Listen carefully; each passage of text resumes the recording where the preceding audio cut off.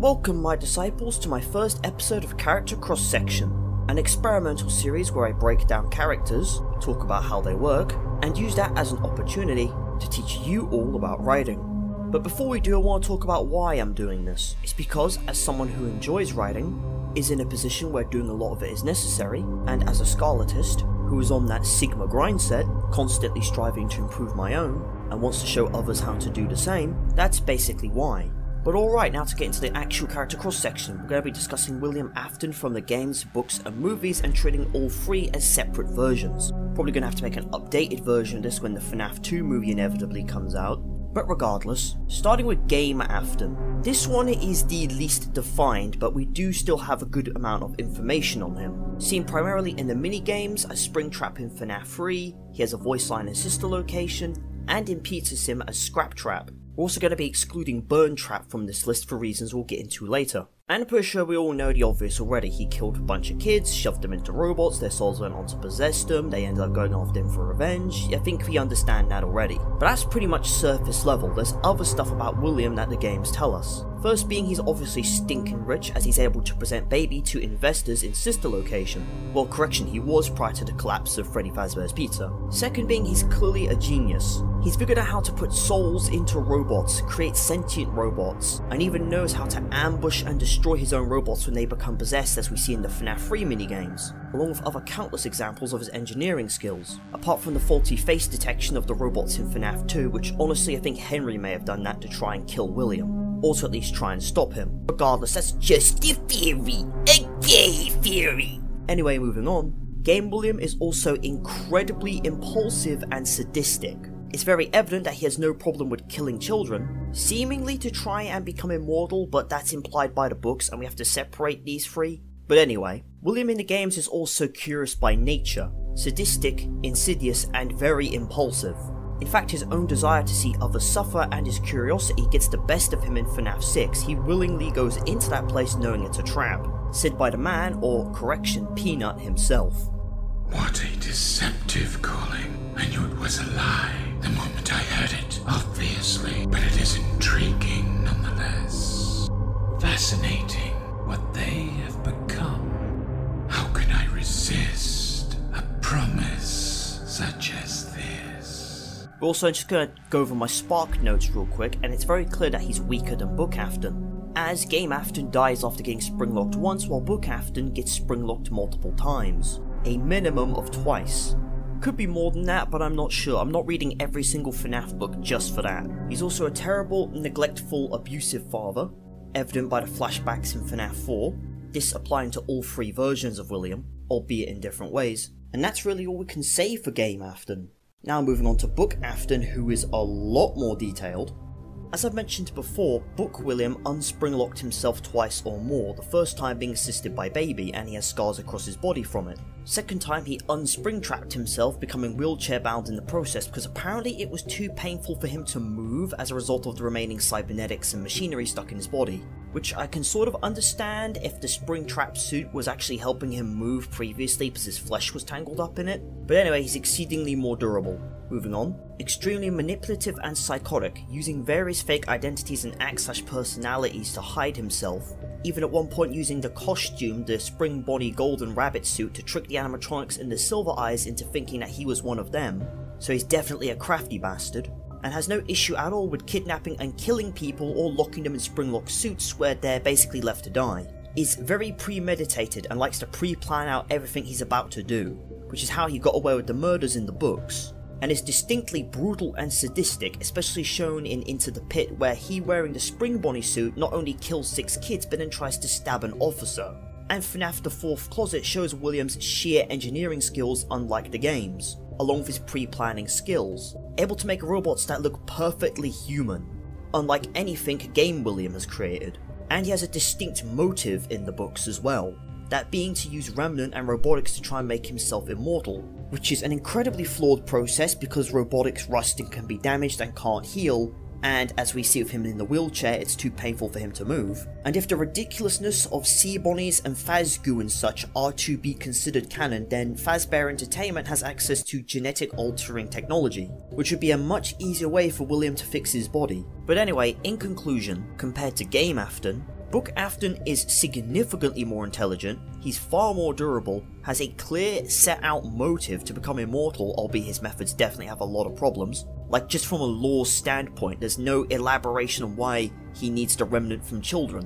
Like, as far as we know, there is zero difference between adult and child remnant. And there's also agony as well, which is a whole other kettle of fish. And in fact, agony, remnant, and all this crap has so many problems with its lore that it's probably going to need its own video to talk about. But yeah, anyway, he's also far less impulsive, taking his time to carefully and elaborately set up his plans. And with that, we've covered Book Afton. Now we can finally move on to Movie Afton, who is the simplest of the three. His motive being incredibly simple, he just wants control. Control over others by any means necessary. Him controlling the animatronics as the Yellow Rabbit via the drawings on the walls, and the various lies he tells them. Him repeatedly advising Mike to work at Freddy's, as a way to also have control over Mike, and the way he very obviously controls Vanessa, through both the implied abuse and the outright shown abuse. Personality-wise, not only is he manipulative, but he's very impulsive and emotional, such as when he lets his anger control him and stabs Vanessa, and is also distinctly arrogant and short-tempered, insulting and berating the animatronics when he loses control over them. And he is also definitely experimenting with Remnant, evident by the Torture Freddy chair mask machine, the animatronics being possessed, and him putting on the mask when the spring locks go off because he knows that when he dies to the suit he's going to come back as Springtrap, hence why he says he always comes back. And with that, in summary, Movie William is an emotionally unstable, manipulative, impulsive control freak who has knowledge of Remnant and engineering, but not to the extent either of the other two William versions have. And with that, now I can summarise all three William Aftons. Game Afton is smart, albeit impulsive and blatantly evil. Book Afton is methodical, calculated, careful, an evil blatant bastard and a tough one at that. And Movie Afton is a violent, emotional, evil control freak, more impulsive than even Game William. But despite the differences between all three of these, they all share two distinct traits. All three are drama-loving narcissists and abusive parents, or, well, caretakers in some capacity. Game William does this in the form of always coming back to torture his victims more and was an abusive parent to his son, evident by FNAF 4. Book Afton has always treated everyone around him as more of a tool than anything, and the way he acts always depends on which personality he's putting on. And Movie Afton becomes incredibly violent when he starts to wear the Spring Bonnie suit. He speaks in a very theatrical way as well, his whole "first I killed your brother, then I kill you, symmetry my friend" thing, and clearly sees Vanessa as just a tool to him, which is why he has no hesitation stabbing her. And with that, now that I've broken down all three William Aftons and compared them, I'm going to talk about, very quickly, why I disqualified Burntrap and a few other things. I did that because the FNAF lore in the books is a complete mess. In fact, you know what, I'm going to give an example right now. In one of the books, Tales from the Pizzaplex 2, a game dev is basically forced by the Fazbear company to produce FNAF 1 to 4, and his brain is basically melting during the whole thing, so the games start to degrade as it goes along, which is why FNAF 4 has the Nightmare animatronics. Essentially, this story decanonizes FNAF 1 to 4, which itself can't be canon because, as Scott himself has stated, the games and books aren't supposed to fit together like this. But let's say, hypothetically, for the sake of the argument, that this book is canon and FNAF 1 to 4 aren't. Well, just like that, you've broke the FNAF lore entirely. All the lore as we understand it. That means the FNAF 4 maps and sister location can't be canon, along with the house, plus Trap gets completely decanonized and recanonized as a book exclusive character, the Nightmare gas from another story actually set in the FNAF 4 location, which is set in the sister location building, ceases to exist. That means the Mimic can't disguise itself as Burntrap with the Nightmare gas you see in Security Breach. Plus the Mimic and Burntrap have extremely different designs anyway. Also keep in mind, Burntrap has the FNAF 4 Nightmare claws on both hands, so that would further destroy the theory even if the gas isn't canon, which forces Burntrap and the Mimic to be two separate entities. And we know Burntrap can't be William, as William is dead in Ultimate Custom Night and in Hell and dies in the FNAF Pizzeria fire, which means Burntrap can't be William or the Mimic, because Mimic's design is too blatantly different, and it can't be Glitchtrap either, as code is not going to force a machine to grow flesh, and it can't be Agony left over from Springtrap either, because things powered by Agony leave black residue behind. They don't grow flesh. The Stitch Wraith story pretty much telling us this. You know, I'm just going to summarise all of this down to the simplest point, that being if FNAF 1 to 4 aren't canon, the entire timeline pretty much falls apart as we know it. And it's because of massive lore conflicts like this that we have to throw away a lot of elements when making videos like this. Because all it takes is one rogue element in the FNAF lore to bring the whole thing down. But anyway, now I want to actually talk about William Afton as a character and why he's intrinsically flawed. Covering these in no particular order. One problem with William Afton in the books is the whole family of dead kids thing that he wants, alongside the being immortal thing. This is never really given much depth for why he's so obsessive about killing kids in particular. In fact, the FNAF lore never gives us an actual reason why he prefers the remnant of children over adults when both can provide remnant. In fact, it also raises a question, because there was a theory at one point that Mangle is possessed by a dog, so if that is true, animals will probably have remnant, so why not just use something like an orangutan, which is exceedingly non-violent compared to humans, and is just as intelligent as a human child? And even if the dog theory isn't true, why couldn't William just experiment with animals to see if any of them had the ability to transfer remnant? Because now that I think about it, a chimp, or an orangutan, or gorilla, there's quite a lot of monkeys I can think of that would definitely have that, because they have the cognitive ability to be defined as having a soul, I guess. What I'm saying is, fundamentally, it would have just been easier for William to use animals than children. Especially with the fact that the lore doesn't give us a particular reason why he targets children in the first place, other than the fact that he's just a sick fuck. Another problem being, after the Silver Eyes book, I can't remember what book it was, William randomly drops a massive truth bomb out of nowhere completely unprompted. He's also drastically inconsistent between the book and game version of Springtrap. Anyone who's played FNAF 3 will know that Springtrap is a stealthy ambush character. He likes to hide in the shadows and try to make his way to your office stealthily. If anything, Book William, when he's wearing the suit, acts a lot more like Movie William when he's wearing the suit towards the movie's finale, this being even more prominent when he's Springtrap, which completely conflicts with the game's version, and this is one of the reasons I actually separated them into 3 versions, because it's just silly to try and be like, oh, they are like this and that, and then be like, oh no, they're all the same character, when there's very distinct differences in all 3. Again, another reason why Scott said the books are not canon to the games. And also, for some reason, later in the books, William just completely gives up the Spring Bonnie suit thing, and he ends up having like a lot of the robot parts taken out. Presumably because he just got bored of being Spring Bonnie. It's never really explained. Anyway, generally, when it comes to William Afton as a character, the way he's written in the books just deteriorates the longer it goes on. Things just start to make less and less sense. Not to mention that towards the later books, William is no longer as fearful as he was in the earlier books. He just straight up stops caring. That fear and reliance on the Spring Bonnie suit being kind of what defined William Afton in the books to begin with, or one of his main defining traits, and just kind of got thrown away. Primarily because the suit was his main weapon, but now it's just kind of not there anymore after he just kind of unspringtraps himself. Enough about Book William, now to talk about Game William. He's not introduced in a very good way. He's kind of held back completely until Sister Location, when we finally get a name for him. And there's generally just too much up to interpretation with the games. And keep in mind that when I say the games, I'm talking FNAF 1 all the way up to Ultimate Custom Night. We're not going past that, because it just gets ridiculously convoluted beyond that point. But regardless, the games as a whole leave him too open-ended as an antagonist to really mean anything. Not just that, but his presence in the games is too little as a whole. William himself is only a direct threat in 2 games, FNAF 3 and Pizzeria Simulator. So for the big bad of the franchise, he isn't really much of a direct threat to the protagonist. In fact, I feel like he should be present in the games a lot more. I mean, come on, he's the main antagonist of the franchise. He's a psychotic killer who builds robots and has a lot of potential to be expanded on, but no, they just kind of throw him to the side essentially. Not only that, but if we're treating all the games as canon, William is ridiculously powerful. He's gone from a psycho killer to a guy who builds murderous robots to basically being an unstoppable ghost made of like code and shit. William Afton has become a Gary Stu. He can never truly permanently be gotten rid of. At this point in the FNAF lore, he really does just exist as an antagonist and not as a character anymore. And even if you factor in the Blob apparently killing Burntrap, if we're treating Burntrap as William, the endings of Security Breach are apparently non-canon according to the DLC Ruin and the various drawings you can find of those endings. And I could have so many more complaints, but you know, I'm going to have to stop here, otherwise this video is probably going to be like an hour long. But to sum it all up, William started off as a very simple antagonist that wasn't used in the best way. But in traditional Scott Cawthon fashion, as things went on, he went from being simple to being an evil mastermind, and it all just became a mess of lore. Said mess of lore turning him into a nigh unstoppable threat.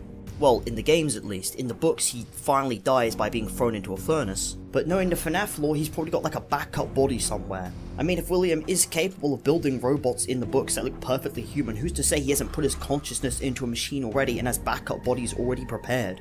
See the problem here? What I'm saying is, it doesn't really matter what you do with William now. He's become too powerful as an antagonist for his actions to really mean anything. And keep in mind, all this criticism applies exclusively to book and game Afton.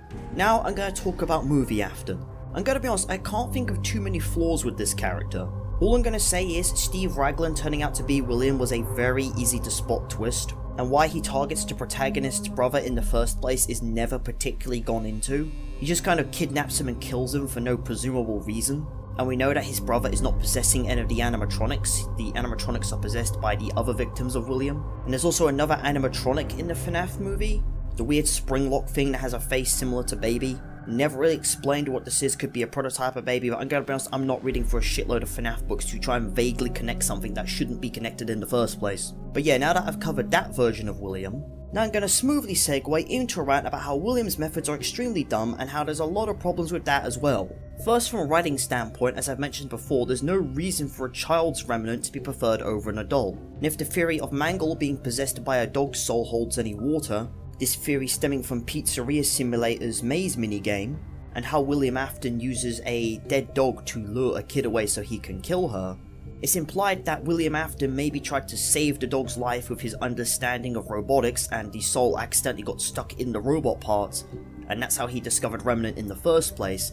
Probably happening because maybe he hit a dog during the Midnight Motorist minigame or something. Gonna be honest, I don't trust that theory myself. But let's say hypothetically for the sake of the argument, if animals in the FNAF universe have souls that can be successfully transferred into animatronics, William could have just, with the shit ton of money he clearly has, purchased some orangutans or something and used those instead. Probably not using chimps, because if a chimp's soul is anywhere near as violent as an actual chimp is, the robot would probably try and immediately tear his face off. But regardless, even if animal souls can't be shoved into robots, William has no real reason to prefer targeting children over adults other than them probably being easier for him to kill, but it's gonna be of course him accessing them that's the problem.